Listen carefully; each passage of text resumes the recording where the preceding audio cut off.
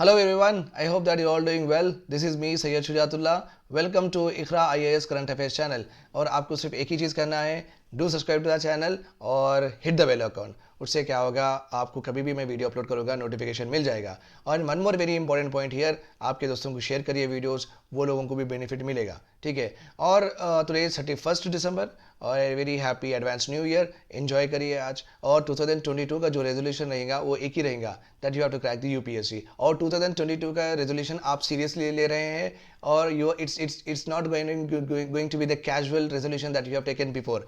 जो पहले पिछले जो भी रेजोल्यूशन थे वो कैजुअल थे होंगे, बट 2022 का रेजोल्यूशन कड़ा रहना चाहिए, तगड़ा रहना चाहिए और आप क्रैक करने वाले हैं 2022 के एग्जामिनेशन में, ठीक है।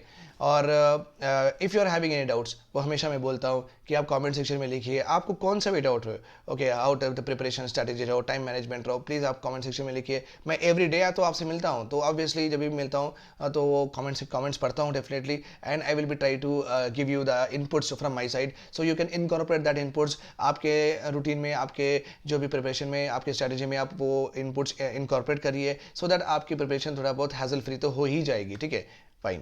तो पहला अपना जो टॉपिक है आज का, पहला जो टॉपिक है, it deals about 5G, fifth generation 5G services जो हम अभी यूज़ कर रहे हैं 4G, और रूरल एरियाज़ में अभी 4G भी नहीं आया है। जैसे कि मैं यहाँ से हैदराबाद से कोई और डिस्ट्रिक्ट जाऊँगा तो वहाँ पे 3G आ जाएगा। सो you can say that accessibility of this internet services is not uniform, ठीक है। ये तो मैं आपको यहाँ पे ही कंफर्म कर दिया, एक इशू बता दिया हूँ मैं आपको, accessibility of internet services is not uniform across the country, across the globe also.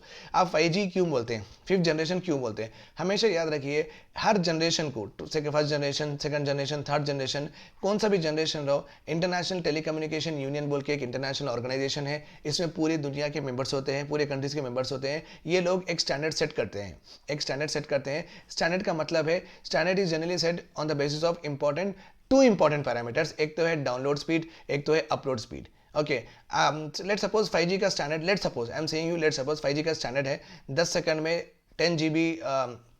10 GB download हो जाना और 10 सेकंड में 20 GB अपलोड हो जाना, okay, this is the standard. अगर कोई मोबाइल टेलीकम्युनिकेशन कंपनी अगर ये क्रैक कर ली, अगर ये अचीव कर ली कि 10 सेकंड में ये 10 GB अपलोड हो रहा, डाउनलोड हो रहा, 20 GB अपलोड हो रहा, then it is called as 5G services on a roll. 5G services आ गए हैं, ठीक है। तो आप ये याद रखिए कि एक स्टैंडर्ड दिया जाता है, वो स्टैंडर्ड को अचीव करना रहता है, that is only called as about 5G services, उससे ज़्यादा कुछ नहीं। और बहुत सारे तो ऑब्वियसली जितनी जल्दी डाउनलोड स्पीड होगी, जितनी जल्दी अपलोड स्पीड होगी, ओके, तो उतनी जल्दी आपको इंफॉर्मेशन रिले भी जल्दी होगा, रियल टाइम में और बेहतरीन दिखेगा। अभी भी आप देखो जीपीएस पे, आप जब भी यूज़ करते हैं जीपीएस, ओला में, उबर में आप जब भी देखते हैं तो आप ये तो देखते होंगे कि एग्जैक्टली आप जैसा चल रहे हैं वैसा नहीं बताता, ओके। आप एक थोड़ा 500 मीटर डिस्टेंस कवर करने के बाद में आपकी गाड़ी वहाँ पे पहुँचती है, ठीक है, तो वहाँ पे भी एक लैग चल रहा है, ओके। जीपीएस में भी इतना 4G रहने के बाद भी एक लैग चल रहा है, रियल टाइम पे नहीं दिखा रहा है, आप चलते रह रहे हैं और जीपीएस में भी ऐसा दिखा रहा है, एवरी मिनट का, सॉरी, एवरी फुट का, एवरी मीटर का आपको जो भी मूवमेंट है ना वो नहीं दिखाता है जीपीएस, राइट। तो इसका मतलब क्या है, जो इन्फॉर्मेशन सैटेलाइट कलेक्ट कर रहा है वो मोबाइल तक पहुंचने में डिले हो रहा है, that is also called as what, latency बोलते हैं इसको। लेटेंसी सबसे लो होनी चाहिए, क्या होनी चाहिए, लो, लेटेंसी शुड बी लो। लो का मतलब है कि डेटा ट्रांसफर का लैग टाइम, डेटा ट्रांसफर का लैग टाइम को क्या बोलते हैं, लो लेटेंसी बोलते हैं। मींस जहां से डेटा आ रहा है वो वो रियल टाइम में within fraction of second आ जाना चाहिए। जैसे कि सैटेलाइट डेटा जो कैप्चर करते हैं अपने मोबाइल में जब का जब ही दिखा देना, okay, that is called as what, low latency. अगर हाई लेटेंसी रहे तो आपको मालूम है कि you will never know that कि कहाँ पे रूट जा रहा है, ओके, और कहाँ तक आप पहुंचे ये नहीं मालूम होगा। मैं जीपीएस का एग्जाम्पल दे रहा हूँ, बहुत सारे यूजर्स होते हैं सैटेलाइट्स के, तो ज़रूरी है कि लेटेंसी कम से कम रही, so that relay of information, जहाँ से इंफॉर्मेशन आ रहा है और जहाँ जाना है उसमें जो टाइम रहता है वो कम से कम होना चाहिए, so that inform decisions, so that emergency decisions जल्द से जल्द ले सके, ठीक है। वो हो गया लेटेंसी का एक important terminology, I have explain you. Let us see what is 5G services, okay. 5G is the fifth generation mobile network. Okay, it is a new global wireless standard after 1G, 4G, 3G, 4G. You know that all. 5G enables a new kind of network that is designed to connect virtually everyone, everything together, including machine, objects and devices. देखो यहाँ पे क्या standard है, download and upload speed के अलावा इसके इसके apart from this आपको 5G में ये भी इंक्लूड करना है कि मशीन से रहो, मशीन एक जीरोक्स मशीन रहे तो हेलो जीरोक्स मशीन, ओके क्या मैं प्रिंट 100 फोटो कॉपीज, तो मेरी वॉइस रिकॉग्नाइज करना पहले जीरोक्स मशीन, मेरी वॉइस रिकॉग्नाइज करके और मेरे जो भी मैं बोला हूँ उसको कॉम्प्रीहेंड करके, okay, and you can understand that artificial intelligence के और ही बोल रहा हूँ मैं, उनके उसके तरफ ही बोल रहा हूँ, सो रिकॉग्नाइज करके वो वहाँ पे मशीन वहाँ पे ऑपरेट करना शुरू कर देना, राइट। सो मशीन को रहो, ऑब्जेक्ट्स, ऑब्जेक्ट तो आपको पता है एलेक्सा, आप तो देखे होंगे एडवर्टाइजमेंट में, ये तो आ रहा है Alexa please switch off the light, ऐसा आता ना, ठीक है, Alexa please on the music. So you can understand that कि ऑब्जेक्ट्स के ऊपर भी इंटरनेट जरूरी है, मेरा वॉइस रिकॉग्निशन होना चाहिए, ठीक है, end devices. Okay, so 5G में not only download and upload speed is also given importance, but also these things are also taken into consideration कि things पे ये already UPSC में क्वेश्चन आ चुका है, इंटरनेट ऑन थिंग्स और internet of things. सो हर चीज़ पे आपको इंटरनेट रहा तो आपकी लाइफ ईजी हो जाएगी। जैसे कि अभी मैं बैठा हूँ, सुबह के 7 बजे यहाँ बैठा हूँ भाई, ओके, नहीं 6:10 हो रहे, तो मैं अभी बैठ के आपको पढ़ा रहा हूँ, ठीक है। अब मुझे पढ़ाने के बाद नहाने जाना है, तो मैं यहाँ से आपको पढ़ाते ही मैं क्या करा, ये अपलोड करना रहता ना यूट्यूब पे, तो ये टाइम है मेरे पास, और मैं यहीं पे बैठ के मेरे मोबाइल में, ओके, ऑन गीज़र, तो गीज़र ऑन हो जाना, ये डिवाइस पे है, ये क्या है, डिवाइस पे है, मेरा गीज़र ऑन हो गया, ओके। ऑब्वियसली वॉइस रिकग्निशन तो उतना तो टेक्नोलॉजी एवॉल्व नहीं कि तो मैं वॉइस से बोल दूं, तो बट यहाँ से मेरे मोबाइल पे डिवाइस है ना, तो यहाँ से मैं काम कर सकूँ, ओके। तो मेरा जो भी यहाँ पे इंफॉर्मेशन या इनपुट दिया, ये इंफॉर्मेशन जल्दी पास होना और गीज़र ऑन हो जाना, तो उससे क्या होगा, मुझे फिर बाद में वेट नहीं करना पड़ेगा, तो मेरी प्रोडक्टिविटी बढ़ेगी, तो जल्द से जल्द मेरा काम हो जाएगा और I can start working also and I can be more beneficial to the country, to the economy, to the organisation, so and so forth, ठीक है। एडवांटेजेस ऑफ क्या है, एडवांटेजेस आपको पता ही है, अगर आपके पास स्पीड ज़्यादा है इंटरनेट की, आपके पास क्या रहता है एडवांटेजेस, आप छोटा छोटा बच्चा भी बोल सकता है आजकल, ठीक है। High multi GPS peak data speeds मिलती है आपको, जबरदस्त स्पीड मिलती है, लाइक बुलेट ट्रेन के जैसा, और लाइट स्पीड की स्पीड मिलती है आपको। जैसा ही आप ताजमहल मारो 1 सेकंड में मिल जाता है आपको, जैसा ही आप चाइना वॉल मारो 1 सेकंड में मिल जाता, जैसा ही आप बिल गेट्स मारो एक फ्रैक्शन ऑफ सेकंड में उसकी सूरत दिख जाती है आपको। सो हाई स्पीड, ओके, और आपको दिखा रहे हैं यहाँ पे लाइव वीडियो एकदम क्लैरिटी के साथ, ओके।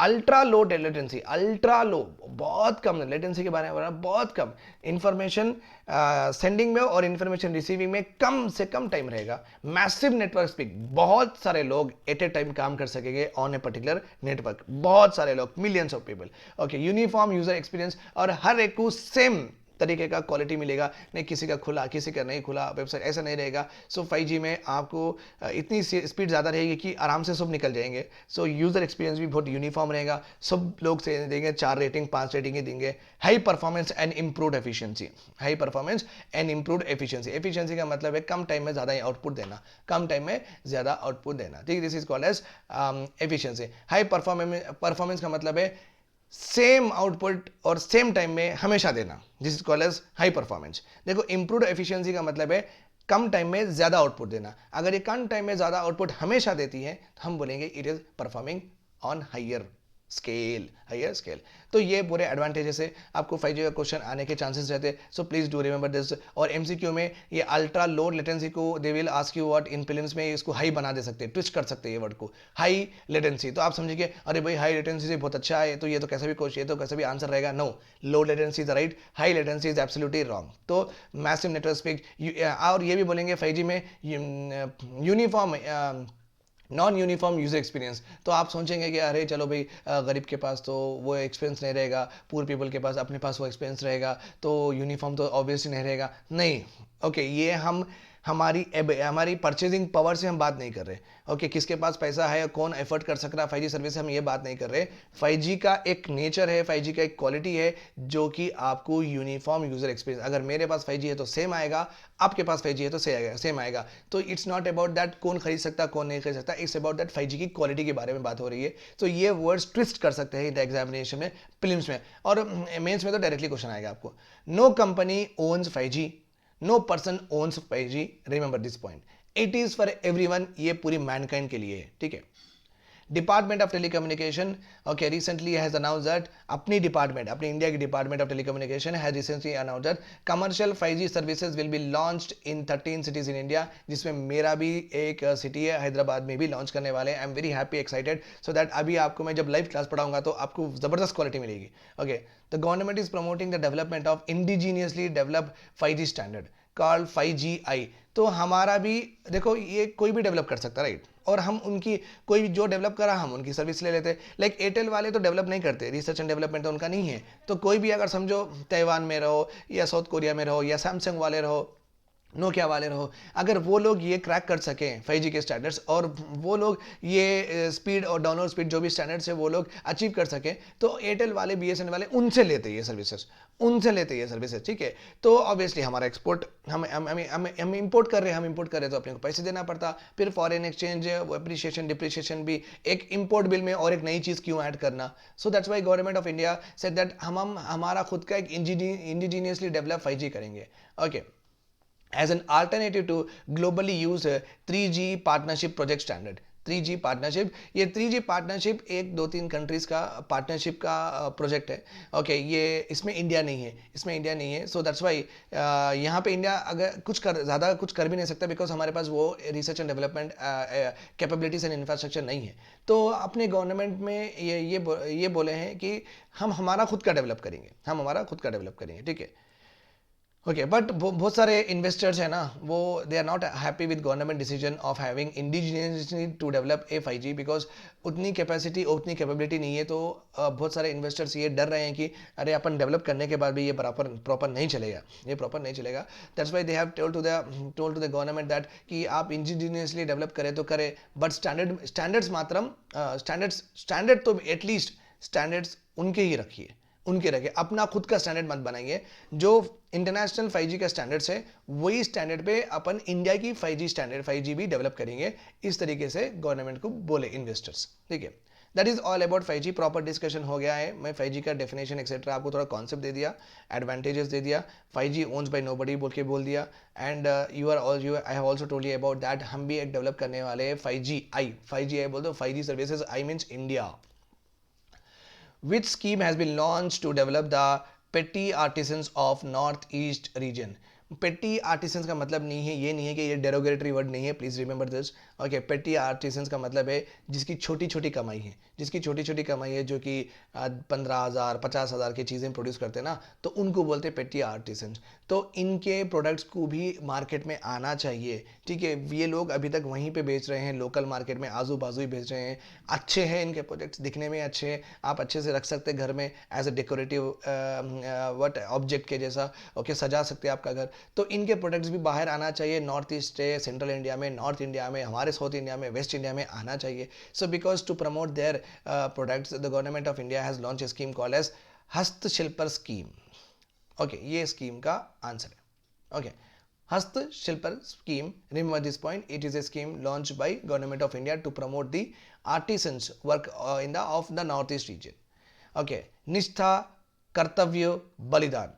Okay, निष्ठा कर्तव्य बलिदान values propounded by which among the following freedom fighter? Okay, Sardar Vallabh Bhai Patel, Mahadev Govind Ranade, Bhagat Singh, Subhash Chandra Bose.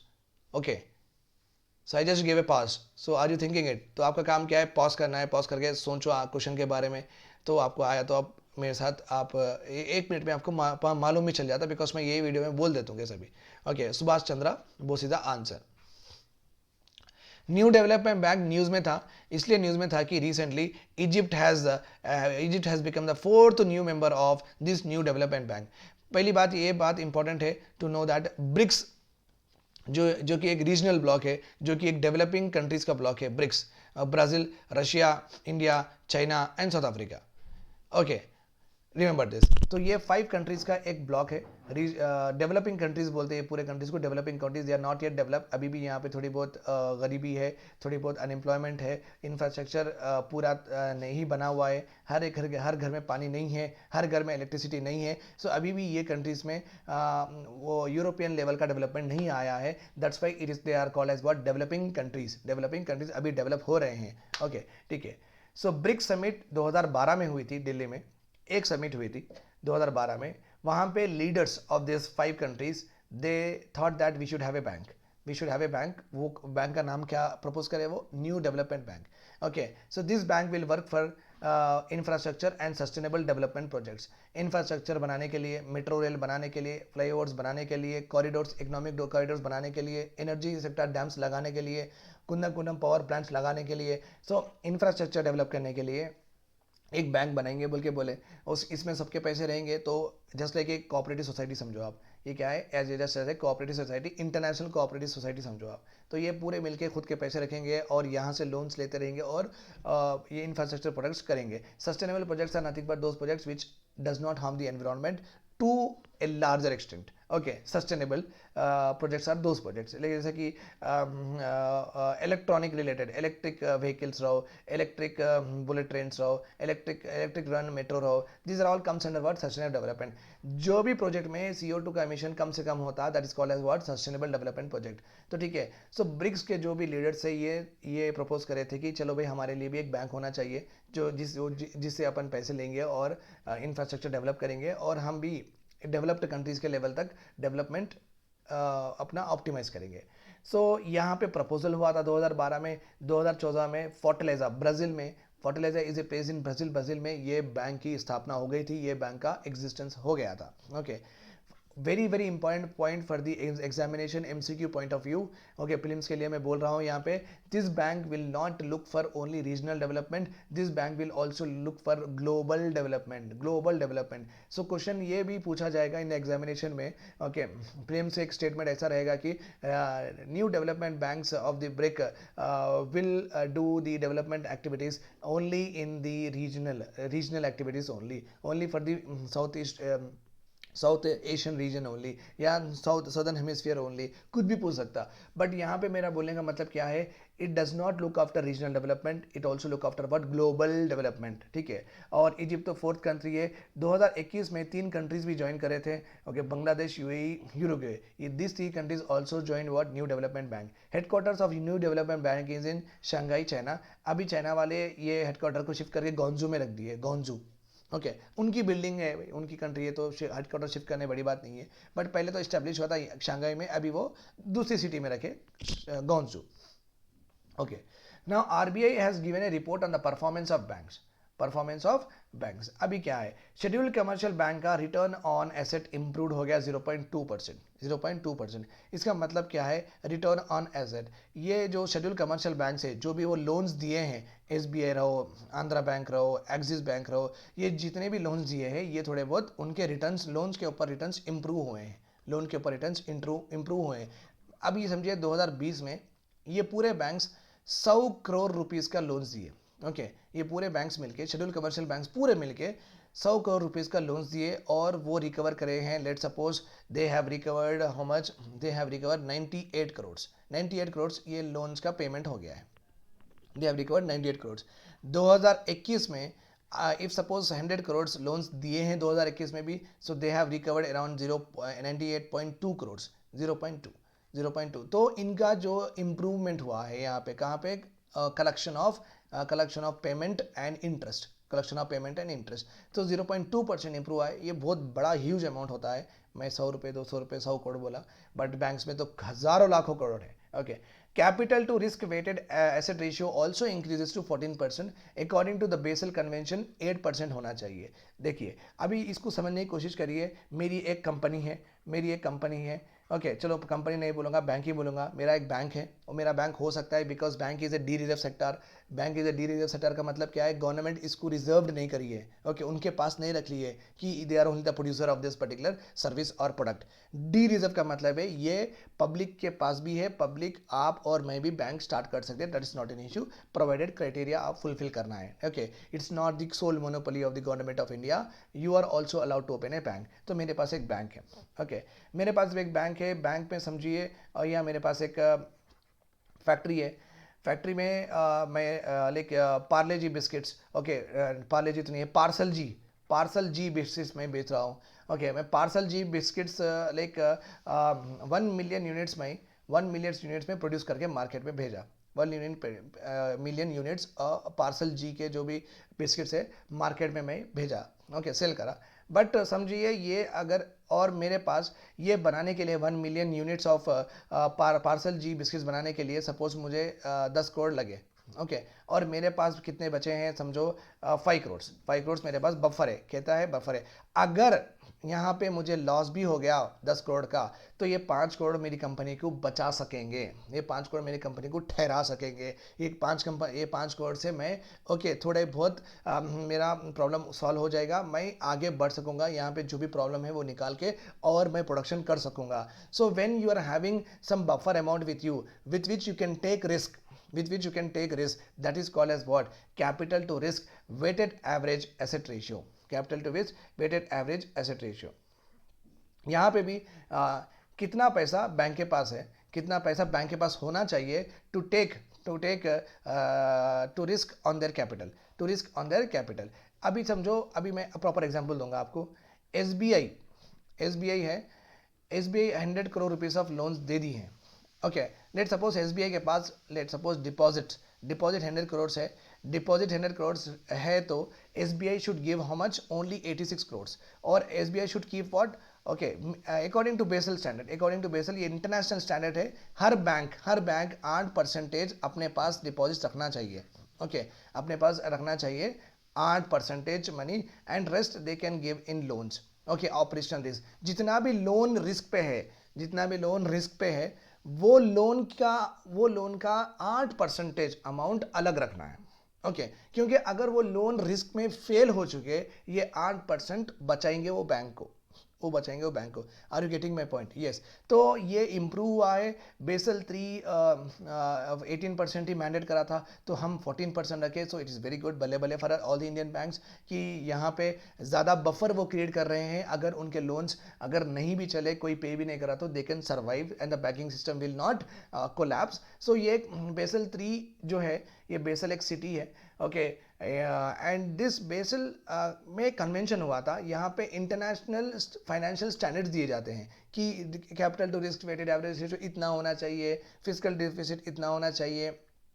तो ये कुछ ना कुछ इंडिकेटर्स देते हैं। अगर ये इंडिकेटर्स, अगर ये इस तरीके से उन्होंने जो बोले हैं, अगर we are following that, if all the banks in the world follows that way, what will happen? Banking sector कभी भी डूबेगा नहीं, ओके अक्रॉस द वर्ल्ड कभी भी डूबेगा नहीं। उस तरीके के वो स्टैंडर्ड्स देते हैं, ओके और बेसल कन्वेंशन से और एक चीज़ भी याद आई मुझे, ये एक एनवायरमेंटल कन्वेंशन भी है। बेसल के 2 नाम है, दो काम है, एक तो बैंकिंग रिलेटेड है, एक एनवायरमेंट। एनवायरमेंट में Basel convention is related to what? Movement of hazardous waste. चलो इंडिया में एक HCl हाइड्रोक्लोरिक एसिड प्रोड्यूस हुआ है, इंडिया में हाइड्रोक्लोरिक एसिड प्रोड्यूस है जो कि हार्मफुल है, harmful to the biodiversity, harmful to the plants etcetera. यहाँ पे प्रोड्यूस होकर वो जा रहा है Indonesia. So movement of toxic hazardous waste from one country to another country, one country to another country, इसका रेगुलेशन है। ऐसा नहीं कि नीचे गिराते हुआ HCl हाइड्रोक्लोरिक एसिड लीक हो रहा, आप आ रहे, ऐसा नहीं आना है। आपको प्रॉपर मेजर्स लेना है कि यहाँ के इकोसिस्टम, इनके कंट्री का इकोसिस्टम, बायोडाइवर्सिटी लूज नहीं होनी चाहिए, ओके ये है मूवमेंट ऑफ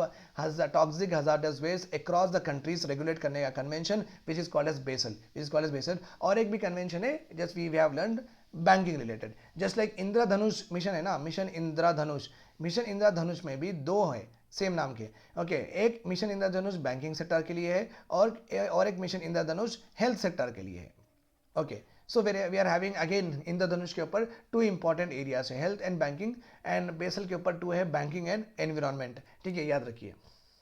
और एक इंपॉर्टेंट है NPA, non performing asset. Non performing asset means अगर कोई बैंक किसी को लोन दी, ये बंदा ना तो इंटरेस्ट दे रहा है, ना तो लोन रिपे कर रहा है, तो जब हम बोलेंगे अगर ये 90 डेज तक ना इंटरेस्ट दे रहा है, ना EMI दे रहा है, कुछ नहीं दे रहा है, लोन तो दे दी बैंक उसको, बट वो ना तो इंटरेस्ट दे रहा है, ना तो मिनिमम ड्यू बन भी नहीं रहा है, और ना तो EMI दे रहा है। सो अगर ये 90 डेज तक यही सिलसिला चला, तो हम उसके लोन को, बैंक वाले उसके लोन को क्या बोलेंगे? चलो भाई ये एसेट है, नॉन परफॉर्मिंग एसेट है। क्या है? नॉन परफॉर्मिंग एसेट है बोल के बोल देंगे। अब ये नॉन परफॉर्मिंग एसेट्स भी डिक्रीज हुए हैं, 8.2% थे, अभी 6.9% हुए हैं। मतलब क्या है? अभी लोग प्रॉपरली EMI इंटरेस्ट ये बनते जा रहे हैं, इसलिए नॉन परफॉर्मिंग एसेट्स भी कम हुए बैंक के, इसका मतलब banks are doing well, banks अच्छा काम कर रहे हैं। UCB urban cooperative banks expanded हुए हैं, मींस इनके पास बहुत ज़्यादा पैसे आए हैं, बेसिकली डिपॉजिट्स इनके पास ज़्यादा हुआ है, and they also started what making profits. Cooperative banks में प्रॉफिट करना शुरू करे हैं, okay, from the last year 2021 में रिपोर्ट आई थी, ऑब्वियसली 2020 का डेटा है।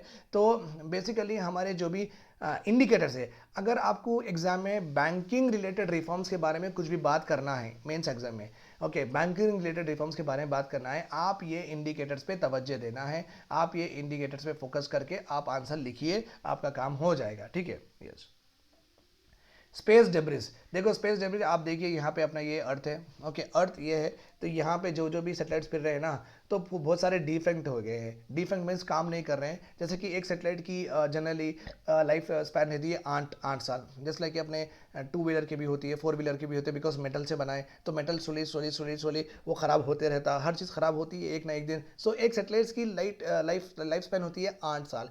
8 साल के बाद वो ऑटोमेटिकली ख़राब होके फिरते रहता। सो यू कैन अंडरस्टैंड दैट, देखो यहाँ पे बहुत सारा स्पेस डेब्रिस है, ओके। ये अपने अर्थ में 3 तरह की ऑर्बिट होती है। एक सबसे नजदीक वाली ऑर्बिट जो गोल गोल फिरते हैं satellite, this is called as what, LEO, LEO, low earth orbit. थोड़ी ऊपर वाली होती है मियो, मीडियम अर्थ ऑर्बिट। उससे थोड़ी ऊपर वाली होती है दैट इज कॉल्ड एज हियो, high earth orbit, high earth orbit. So ज़्यादा से ज़्यादा space debris low earth orbit में मिलता है, ओके। ज़्यादा से ज़्यादा space debris low earth orbit में मिलता है, ओके। और इसको बोलेंगे अगर स्पेस डेब्रिस ज़्यादा होने की वजह से, ये देखो इतना स्पेस डेब्रिस है, ये इसको कोलाइड करेगा, ये इसको कोलाइड करेगा, ये इसको कोलाइड करेगा, ये इसको कोलाइड करेगा, और भी ज़्यादा डेब्रिस बनेंगे, ओके, और टुकड़े टुकड़े टुकड़े होंगे, और भी ज़्यादा डेब्रिस बनेंगे। जस्ट लाइक कैंसर के जैसा ना, एक सेल बढ़ते जाता बढ़ते जाता बढ़ते जाता and it destroys the body. In the same है केस्लर सिंड्रोम में भी यही होता है। केस्लर सिंड्रोम का मतलब है कि ये जो स्पेस डेब्रिस है ये खुद से कोलाइड करेंगे और कचरा वहाँ करेंगे, okay, this is called as what, Kessler syndrome. ये न्यूज़ में क्यों था? स्टारलिंक सेटेलाइट, स्टारलिंक एक कंपनी है, स्टारलिंक एक सेटेलाइट है which is actually manufactured by ये स्पेस एक्स एक यूएस की कंपनी है, ओके। और एक बात इंपॉर्टेंट बात आप याद रखिए, जो स्पेस है जो कि अर्थ के बाहर जो भी हिस्सा है that is called as what, space. ये स्पेस इज़ फॉर एवरीवन, ये गवर्नमेंट के लिए भी है, ये प्राइवेट के लिए भी है। इसका मतलब ये नहीं कि सिर्फ government can only use the space, ऐसा नहीं है। आप भी यूज़ कर सकते हैं स्पेस, मैं भी यूज़ कर सकता हूँ स्पेस, ये प्राइवेट है, प्राइवेट का भी है हक है स्पेस पे, और पब्लिक का भी हक है स्पेस पे। दैट्स वाई स्पेस एक्स एक कंपनी है, स्पेस एक्स एक कंपनी है, ओके, यूएस में, और उनके सैटेलाइट की सीरीज़ का नाम है स्टारलिंक। इनके सैटेलाइट की सीरीज़ का नाम है स्टारलिंक। जैसे कि हमारे पास इनसैट 1 है, इनसैट 2 है, हमारी सीरीज़ है, IRNS 1 है, 1 2 ऐसे भी हमारे पास सीरीज़ है। तो स्पेस एक्स की सैटेलाइट की सीरीज़ है स्टारलिंक। अब वो स्टारलिंक 1 2 3 क्या रखेंगे वो तो पता नहीं, बट उनकी सीरीज़ है, ठीक है। तो ये भी लॉन्च करते हैं, ये भी लॉन्च करते हैं सैटेलाइट, जैसे कि आज तक या ABP न्यूज़ या NDTV न्यूज़, अगर इनको एक डेडिकेटेड सेटेलाइट चाहिए ऊपर, ओके, तो ये लोग स्पेस एक्स को कांटेक्ट कर सकते हैं, और स्पेस एक्स उनके लिए एक सेटेलाइट बना के वहाँ भेजेगा, और वो सर्विसेज वहाँ से लेंगे, okay. It's not necessary that ISRO से ही लो, ऑब्वियसली गवर्नमेंट रेगुलेट करती है बिकॉज नेशनल सिक्योरिटी इश्यूज भी होते हैं, बट ये तो पूरे कंफर्मेशन रिलेटेड है, इसमें कुछ होगा नहीं ज़्यादा कुछ, सो ये तो फ्री ही रहेगा मेरे ख्याल से,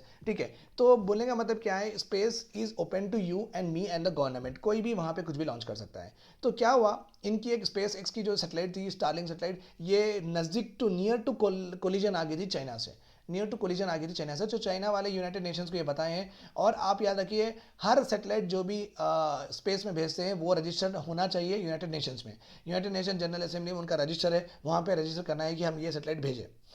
तो चाइना वाले इनको लिख के भेजे कि हमारी सेटेलाइट को हार्म होने वाला है, तो हमारे पास जो जो भी आजू बाजू जो भी सेटेलाइट्स हैं हम उसको उड़ा देंगे, हम उसको वहाँ पे निकालने का काम करेंगे। उड़ा देंगे तो नहीं, बिकॉज स्पेस में मिसाइल्स बैन है, तो वहाँ पे हम निकालने का काम करेंगे बोल के उनको एक चिट्ठी लिखे, okay. That was the issue here, outer space treaty. और ये जो स्पेस की जो भी जगह है ये गवर्न करने के लिए एक ट्रीटी बनाई है in the year 1966, and it was adopted by UN general assembly, और इंडिया भी ये मेंबर है यूनाइटेड नेशन का। इंडिया भी ओके बोले ये पर्टिकुलर रेजोल्यूशन को, we accepted it, India is a member, okay. Resolution क्या था, 2222, रेजोल्यूशन भी आजकल पूछता है, बिकॉज इंडियन लेबर ऑर्गेनाइजेशन 2019 में रेजोल्यूशंस के बारे में क्वेश्चन आया था, वो इंटरनेशनल लेबर ऑर्गेनाइजेशन के रेजोल्यूशन से। तो डायरेक्टली 189 कुछ रेजोल्यूशन पूछे थे वो, तो जिस दिन से वो रेजोल्यूशन का क्वेश्चन आया था, रेजोल्यूशन नंबर का क्वेश्चन आया था, उस दिन से पूरे लाइक इंस्टीट्यूट्स में ये कॉमन हो गया कि रेजोल्यूशंस के भी नंबर देना। सो रेजोल्यूशन क्या है? आउटर स्पेस सिटी का रेजोल्यूशन 2222, और कब आई ये? 1996, और ये यूएन रिलेटेड है, means formally endorsed bye UN. Okay, what does it do? This treaty govern the activities of states. States means countries in exploration and use of outer space. Outer space में क्या explore करना है? आपको चांद explore करना है, या आपको मार्स एक्सप्लोर करना है, जुपिटर एक्सप्लोर करना है, क्या एक्सप्लोर करना है और किस तरीके से एक्सप्लोर करना है? यूज, ओके, क्या करना है, किस तरीके से और क्या एक्सप्लोर करना है, ये गवर्न करती है। ये आउटर स्पेस सिटी में 4 एग्रीमेंट्स हैं। एक तो है रेस्क्यू एग्रीमेंट 1968, अगर कोई एस्ट्रोनॉट वहाँ पे फंस गया, अगर वहाँ पे कुछ हो गया, तो पूरे कंट्रीज मिला के, पूरे कंट्रीज उनकी कैपेबिलिटीज दे के उसको बचाना है। ओके, लायबिलिटी कन्वेंशन, अगर अपना एक सेटेलाइट किसी सेटेलाइट को टकरा के उनकी सेटेलाइट खराब करा तो अपन पैसे देना है, या अपन कुछ सेटेलाइट लॉन्च करे बट वो लॉन्च फेल होके वो जाके जापान में गिर गया, या मालदीव्स के ऊपर गिर गया, या श्रीलंका के ऊपर गिर गया, तो उनको पैसा देना है। सो लायबिलिटी कन्वेंशन भी है 1972। रजिस्ट्रेशन कन्वेंशन है, हर सेटेलाइट को रजिस्टर करना है यूनाइटेड नेशंस में। और एक मून एग्रीमेंट है, obviously separate for the moon के रिलेटेड जो भी रेगुलेशंस रहेंगे according to this moon agreement रहेंगे। सो इनके ईयर्स दे दिया, please go through them. Okay, और some other features of outer space territory are, okay, कोई भी कंट्री, प्राइवेट रहो या पब्लिक रहो, कोई भी कंपनी, प्राइवेट कंपनी या पब्लिक कंपनी या गवर्नमेंट, कोई भी रहो, अगर वो स्पेस यूज कर रहे हैं, अर्थ का आउटर स्पेस यूज कर रहे हैं, then that space should be use only for the benefit of all mankind and for the benefit of all countries. किसी के कंट्री के अगेंस्ट नहीं करना है, बस बेनिफिट ऑफ ऑल कंट्रीज होना चाहिए, बेनिफिट ऑफ ऑल मैनकाइंड, और फ्री फॉर एक्सप्लोरेशन। ओके, कोई भी कंट्री, ब्राज़ील रहो, अर्जेंटीना रहो, मालदीव रहो, सोमालियन रहो, मोगादिशु रहो, मोजम्बिक रहो, कौन सी भी कंट्री आउटर स्पेस को यूज कर सकती है। ओके, और कौन सी भी country, okay, should not occupy any celestial body, any space in the outer space through annexation, through occupation करना नहीं है, चांद में जाके ये जगह मेरी है, ये जगह हमारी है, ऐसा नहीं, झंडा गाड़ो आ जाओ बस, और कुछ नहीं। State shall not place under nuclear weapons भी सेटेलाइट्स पे भी नहीं रखना है, सेटेलाइट्स पे पास न्यूक्लियर वेपन्स भी नहीं रखना है। So no weapons should not be used in the outer space. Astronaut shall be regarded as envoys of mankind. जो भी एस्ट्रोनॉट्स गए हैं ऊपर, वो बहुत बड़ी सर्विस दे रहे हैं दुनिया के लोगों को, तो उनको एनवॉइस ऑफ मैनकाइंड बोल के बोलेंगे, ना कि envoy of India, envoy of USA, ऐसे नहीं बोलेंगे, because they are doing a lot that we can not even imagine, we can not even repay. Okay, which among the following institution has been ranked number 1 in Atal ranking of institutions on innovation achievements? So एक नया ranking निकाले हैं with regard to innovation. कौन सी एक institute है, कौन सा institute India में सबसे ज़्यादा इनोवेशन करता है, सबसे अच्छा इनोवेशन करता है, new technologies, new products produce करता है। Okay, so on the basis of that the first rank goes to IIT Madras. IIT Madras को मिला है first rank. This is all about the current affairs. I hope that you liked it, and do write in the comment section if you are having any doubts, and do spread the news that we are meeting every day, okay, to discuss editorial one day and alternate day we are doing current affairs just like this. Okay, I hope that it's all clear to you. Bye bye, take care, have a nice day, happy new year once again. Okay, and share love and there's everything whatever you are having with all your friends and the needy people. Bye bye.